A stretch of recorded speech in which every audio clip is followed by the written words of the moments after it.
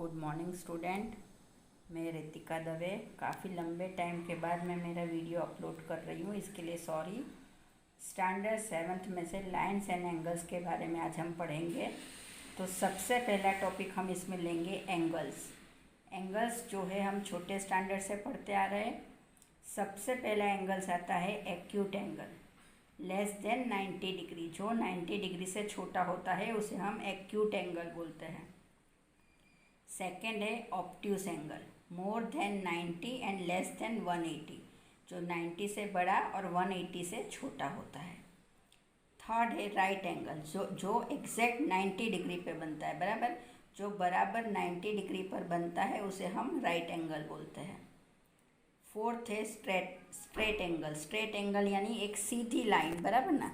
Straight angle को हम इस तरह से भी समझा सकते हैं कि जो हमारी स्ट्रेट लाइन बनती है और इस तरह से जो एंगल बनता है वो हमारा 180 डिग्री का एंगल होता है, इसीलिए इसे स्ट्रेट एंगल भी बोला जाता है। फिफ्थ है reflex angle, more than 180 and less than 360। जो 180 से बड़ा और 360 से छोटा होता है। देखो यहाँ बनाया हुआ है, मैं बताती हूँ। इस तरह से ये स्ट्रेट एंगल, ये यहाँ आते आते आते आते 180 डिग्री हुआ। 180 डिग्री से नीचे की तरफ, बराबर ना, ये जो एंगल फॉर्म होता है ये क्या होता है? रिफ्लेक्स एंगल होता है। ये जो है 180 से बड़ा और 360 से छोटा, बराबर ना, इसलिए हम इसे रिफ्लेक्स एंगल बोलते हैं। यहाँ तक हमारा 180 डिग्री आता है और इसके बाद जो है हमारे 360 डिग्री की तरफ हम जाते हैं।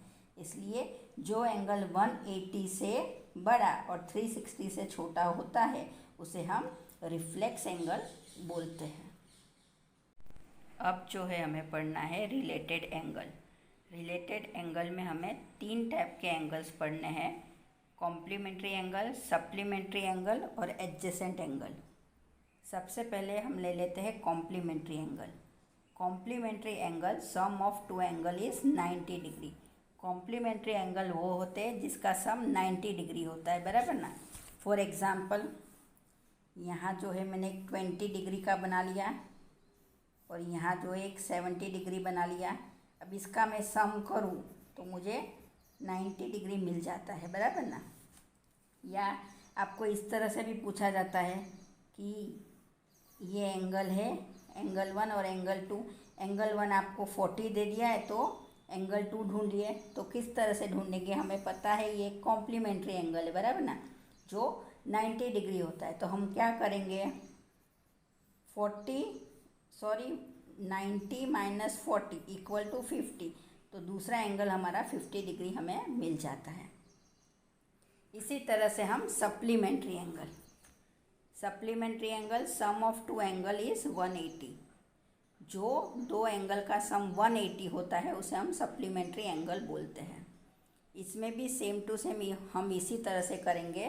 130 + 50 इक्वल टू 180। अब सपोज़ हमें 30 एंगल दे दिया है और दूसरा फाइंड करना है, तो हम कैसे करेंगे? तो 180 माइनस 30, तो दूसरा हमें मिल जाता है 150। तो इस तरह से जो है हम हमारा सप्लीमेंट्री एंगल फाइंड करेंगे। अब थर्ड है एडजेसेंट एंगल। एडजेसेंट एंगल का मतलब ही है साथ वाले एंगल। साथ वाले एंगल देखो, यानी यहाँ मैंने बनाया है। अब यहाँ पर मैं आपको बताती हूँ। सपोज़ मैं एक एंगल बनाती हूँ इस तरह से, और ये मैंने एंगल बता दिया, ये एंगल 1। चलो इसकी एक और एंगल बना लेती हूँ मैं, यानी इस हिसाब से ये एंगल 1, एंगल 2, एंगल 3, बराबर ना। अब इसको मैंने नाम दिया O, इसे A, इसे B, इसे C और इसे मैंने नाम दिया D। अब देखो साथ वाले एंगल है तो मुझे यहीं से पता पड़ जाती है कि एंगल 1 और एंगल 2 दोनों साथ वाले एंगल है, पर एंगल 1 से एंगल 3 जो है वो दूर है, बराबर ना। तो इसी पर से मुझे पता पड़ जाती है कि ये एक एडजेसेंट एंगल है या साथ वाला एंगल है। अब इसकी थोड़ी प्रॉपर्टीज़ होती है। सबसे पहले प्रॉपर्टी है कॉमन वर्टेक्स, यानी ये कॉमन वर्टेक्स पे बनी होती है। अब आप यहाँ पे ध्यान दो तो ये सारे एंगल्स जो है इसका कॉमन वर्टेक्स O है, बराबर। पहली बात तो फुलफिल हुई। दूसरी, कॉमन आर्म, इसमें कॉमन आर्म होती है। देखो अब मैं एंगल 1 और 2 लूँ तो एंगल BOC और COD दोनों में मेरी कॉमन आर्म जो है OC आ रही है, बराबर ना। तो ये बात भी मेरी फुलफिल हुई। सबसे पहली बात तो कॉमन वर्टेक्स पे बनी हुई है, दूसरी कॉमन आर्म आ रही है, बराबर। और तीसरी जो बात है वो थोड़ी समझने जैसी है। तीसरी बात है common noun common arm on either side. अब यहाँ पर देखो, ये जो हमारी कॉमन आर्म है इसके दोनों साइड जो है हमारी नॉन कॉमन आर्म आ रही है, बराबर ना। देखो एग्जाम्पल में आपको समझाती हूँ। ये मैंने एक 2 एंगल्स बनाए जिसे मैंने नाम दिया OABC, बराबर। ये एक एंगल बना और ये दूसरा एंगल।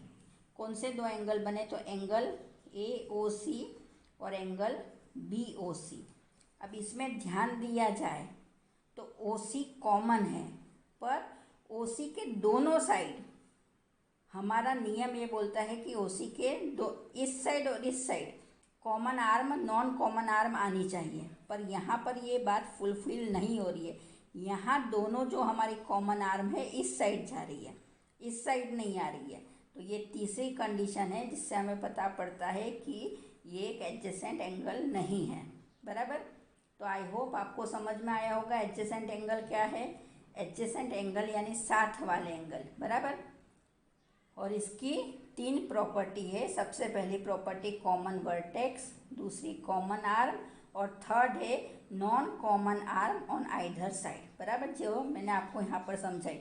यहाँ OC दोनों में कॉमन है, पर यहाँ पर OB और OA जो है वो एक ही साइड है, और हमारे नियम के हिसाब से एक आर्म यहाँ आनी चाहिए और दूसरी आर्म यहाँ, जैसे हमारे यहाँ पर हो रहा था, ये एक अपोजिट और ये एक अपोजिट, बराबर ना।